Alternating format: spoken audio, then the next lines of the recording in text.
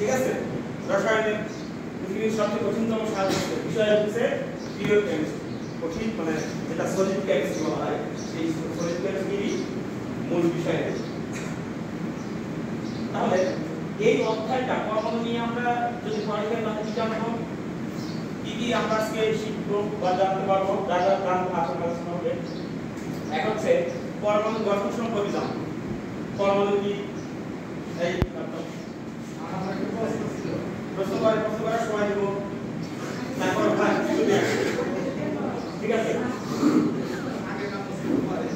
আগে প্রশ্ন করার জন্য সময় দেব আগে প্রশ্ন নাই মজার ক্লাস করতে হবে পরমাণু কণা সম্পর্কে জানবো পরমাণু কণা সময়ের বৈশিষ্ট্য নিয়ে আলোচনা করব আর এগুলো জানলে জেনে কি উপকারটা কি শুধু জানাই যে জানাই আমরা জানতে কথা আছে না বাস্তব ক্ষেত্রে কি প্রয়োগ করতে পারবো আমরা সেই প্রয়োগের ক্ষেত্রটা কি আসবে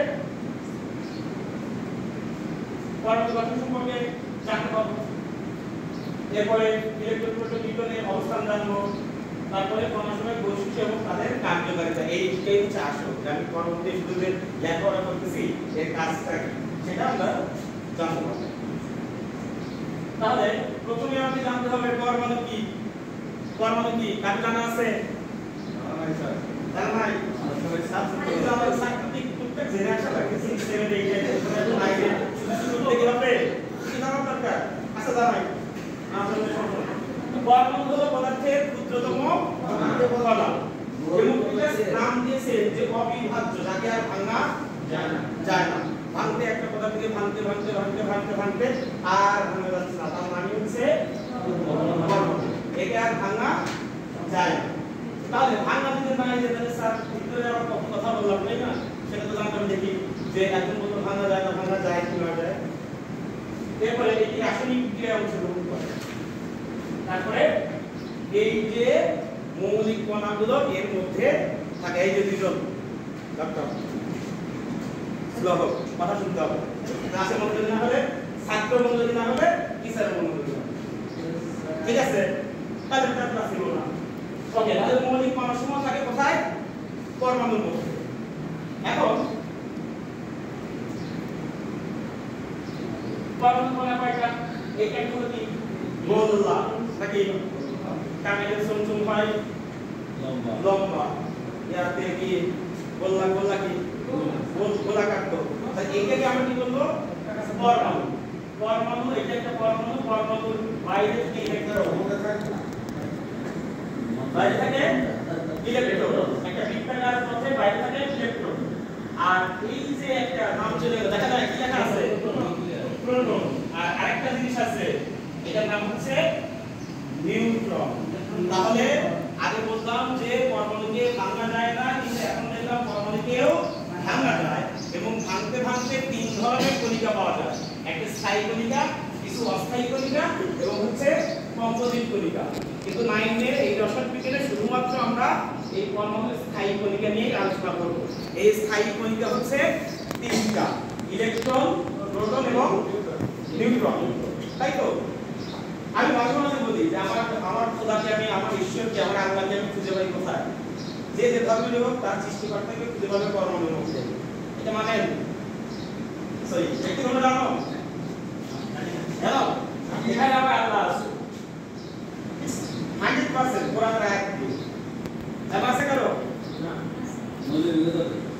কোরআন আমরা দেখেছি যে সূরা নূরের 24-25 অথবা 34-35 আয়াত আল্লাহ বলেছেন যে আমি প্রত্যেক বস্তুর মধ্যে বিদ্যমান আলোকময় নিরাকার তিনটা কথা আল্লাহ তাআলা প্রত্যেক বস্তুর মধ্যে বিদ্যমান আলোকময় এবং নিরাকার প্রত্যেক বস্তুর মধ্যে বিদ্যমান দ্যাট ইজ কল্ড প্রোটন বিহীন কোনো বস্তুর অস্তিত্ব নাই ক্লিয়ার আজকে হলে বললাম এমন কিছু জানবা যা কেউ বলেন ঠিক আছে মনে রাখতে হবে তাহলে প্রোটন বিহীন পৃথিবীতে কোনো বস্তুর অস্তিত্ব নাই সেটাই হলো এই পরমাণুর মধ্যে থাকে হচ্ছে প্রোটন আর আরেকটা হচ্ছে আল্লাহ তাআলা বলেন কি আলোকময়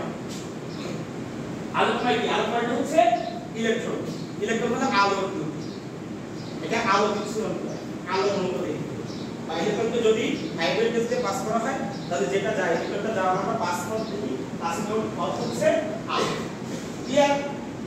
আর আরেকটা কথা স্যার নিউটন কোথায় থাকে? ওই যে বললাম যে আল্লাহ তাআলা বলছেন আমি প্রত্যেক বস্তুর মধ্যে বিদ্যমান আদি আলোকময় নিরাকার। এই ব্যাপারটা নিউটন এর দেখা যায় না, এর কোনো আকার নাই, এর একদম ভর এত ক্ষুদ্র যে জটিল মাইক্রোস্কোপ দিয়ে এর অস্তিত্ব অনুধাবন করতে হয়। ক্লিয়ার ইলেকট্রন নিউটন সম্পর্কে? ওকে, আগাম হবে। এরপরে এই যে ইলেকট্রনের কিছু বৈশিষ্ট্য আছে। ইলেকট্রনের হচ্ছে মৌলিক বনাম চার্জ হচ্ছে কি ঋণাত্মক, আর এটি নিউক্লিয়াসের চারপাশে ঘুরে চুম্বকীয় চলেছে একা পথে সঙ্গী এগুলোর দৃষ্টি কাপে। ভিতরে নিউক্লিয়াসে দেহের মধ্যে প্রোটন আছে, বাইরে কিছু নামতে হয়। আমরা উঠতে পারি আমাদের ক্লাস 9-10 রবীন্দ্রনাথ বলে গেছেন যে 13-14 বছর বয়সীদের মধ্যে এমন বানাই পৃথিবীতে আর নাই।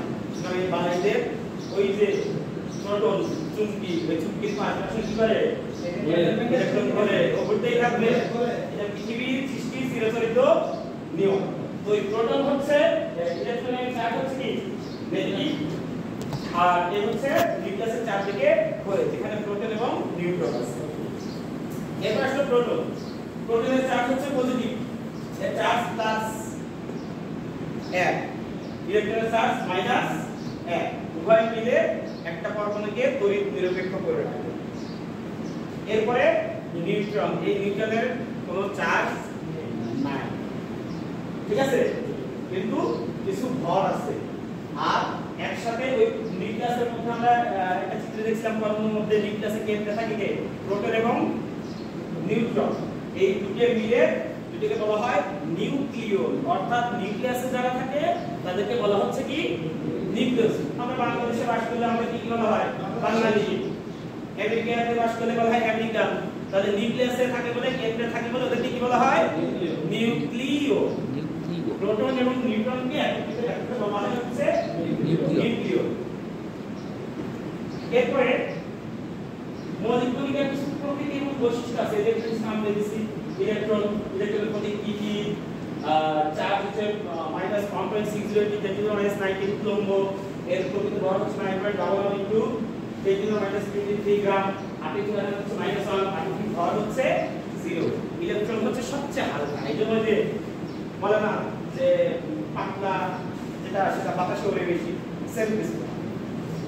এরপরে প্রোটনের প্রতীক পি, এর ভর হচ্ছে চার্জ হচ্ছে +1.60 × 10⁻⁹ কুলম্ব, ভর হচ্ছে 1.673 × 10⁻24 গ্রাম, আপেক্ষিক আধান হচ্ছে +1, আপেক্ষিক ভর হচ্ছে অ।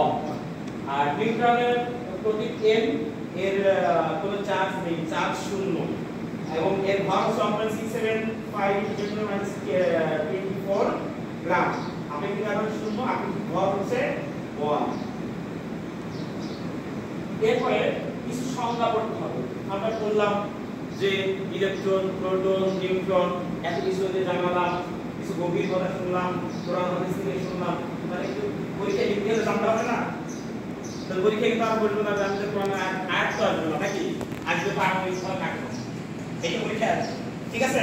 তো সবাই লিখে নেবা যে পারমাণবিক সংখ্যা প্রথমে, পারমাণবিক সংখ্যা কাকে বলে? ওই যে আমি বললাম যে একটা নিউক্লিয়াস, একটা পরমাণু আঁকাইলাম, পরমাণুর মধ্যে কি আছে প্রোটন, যতগুলো প্রোটন থাকবে একটা পরমাণুর মধ্যে ওইটি হবে ওই মৌলের বা পারমাণবিক সংখ্যা। ক্লিয়ার? মনে থাকবে যে একটা পরমাণুর মধ্যে যতগুলো প্রোটন থাকে সেই প্রোটনের সংখ্যাই হচ্ছে পারমাণবিক সংখ্যা। একে জেড দ্বারা প্রকাশ করা হয়, যেমন হাইড্রোজেনের পারমাণবিক সংখ্যা হচ্ছে 1, এর কেন্দ্রে বা নিউক্লিয়াসে প্রোটন আছে 1টা।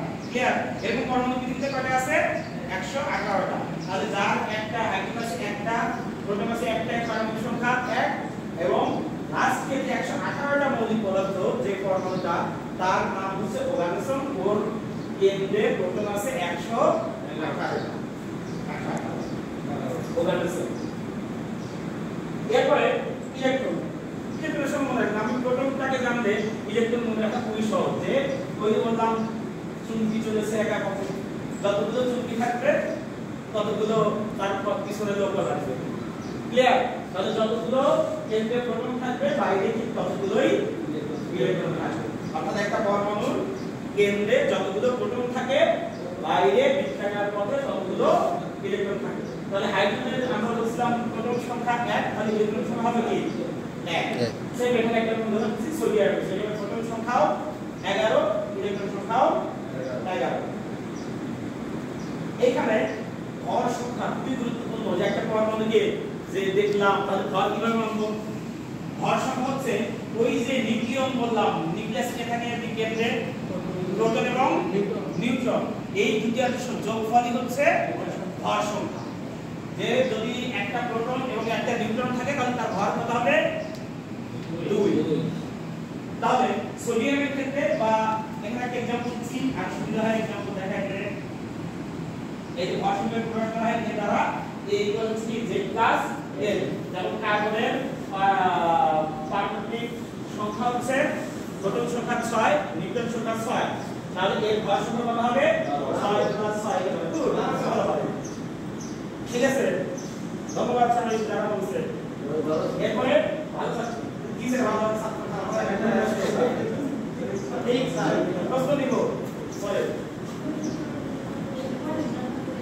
এরপরে এই যে আমরা ইলেকট্রন প্রোটন এখন কাজ দেব, আজকে যা পড়ালাম এর উপর কিছু বাড়ি কাজ দেব। প্রত্যেককে এই যে আমরা 118টা পরমাণুর কথা বললাম, এই 118টা পরমাণুর মধ্যে একক কাজ করে নিয়ে আসবে। একক কাজ হলো যে একটা পরমাণুর চিত্র আগে 1 থেকে 118টাই লাগবে না, 10টা পরমাণুর সুন্দর করে চিত্র আগে কোথায় কয়টা ইলেকট্রন প্রোটন নিউট্রন আছে এটা চিত্র থেকে বাইরে থেকে করে নিয়ে আসবে। ক্লিয়ার?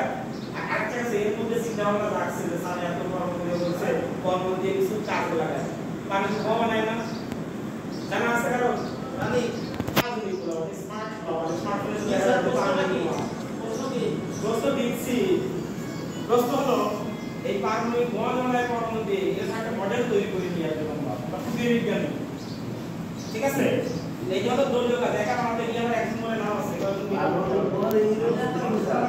ঠিক আছে, এরকম কয়েকটা পরমাণুর মডেল বানানো পারমাণবিক বোমা।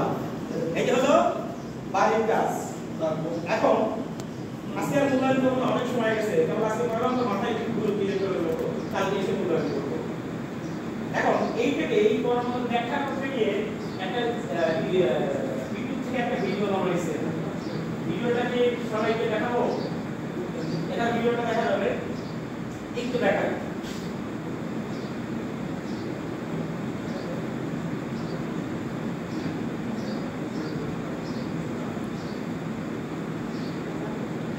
ক্লিক করলে সব ভিডিওটা দেখতে পাচ্ছি। তো ওপেন করব না,